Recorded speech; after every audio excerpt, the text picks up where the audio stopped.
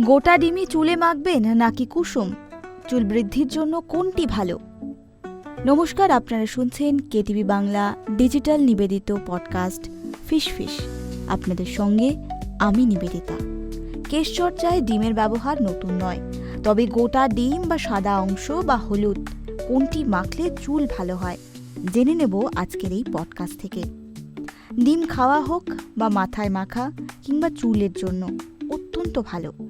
Vitamin, খনিজ এবং প্রোটিনে ভরপুর ডিম চুলের প্রয়োজনীয় প্রোটিন, ক্যারোটিনের চাহিদা পূরণ করে। তাছাড়া এতে থাকে জিঙ্ক এবং চুল বৃদ্ধির জন্য যা অত্যন্ত জরুরি। দৈনন্দিন খাদ্য তালিকায় একটি করে ডিম রাখার পরামর্শ দেন পুষ্টিবিদরা। আবার রূপচর্চায় ডিমের কদর যথেষ্ট। বিশেষত চুলের যত্নে ডিম, দই, তেল একসঙ্গে মিশিয়ে মাখার চল আছে। কেউ ডিমের সাদা অংশ মাখেন, কেউ আবার কুসুম। কিন্তু চুল ভালোর জন্য কোনটি ভালো? গোটা ডিমই মাথায় কি দরকার জেনে নেব। ডিম পুষ্টিকর।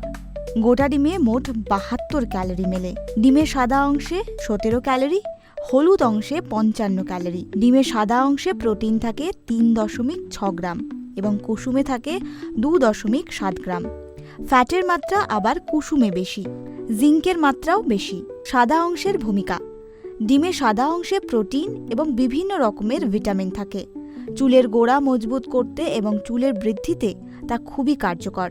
পাশাপাশি মাথার ত্বক পরিষ্কার করতেও সাহায্য করে ডিমের সাদা অংশ। কোলাজেন নামক প্রোটিন দিয়ে তৈরি হয় চুল। কোলাজেনের উৎপাদন বৃদ্ধির সাহায্য করে এটি। কুসুমের ভূমিকা। ভিটামিন এ, ডি এবং B6, থিয়ামিন, ফোটালে এগুলি সব থেকে কুসুমে থাকে।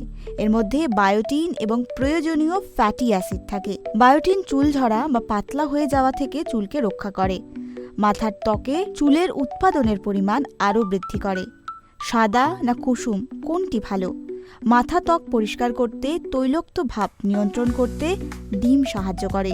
ডিমের কুসুমে পুষ্টিকর কার্যকারিতা সমান নয়। চুলের বৃদ্ধির প্রসঙ্গে উঠে এলে থাকবে কুসুম। তবে চুলের যত্নে ডিমের সাদা অংশ বাদ দেওয়াটা প্রয়োজন নয়, বরং গোটা ডিম মাখলেই ভালো।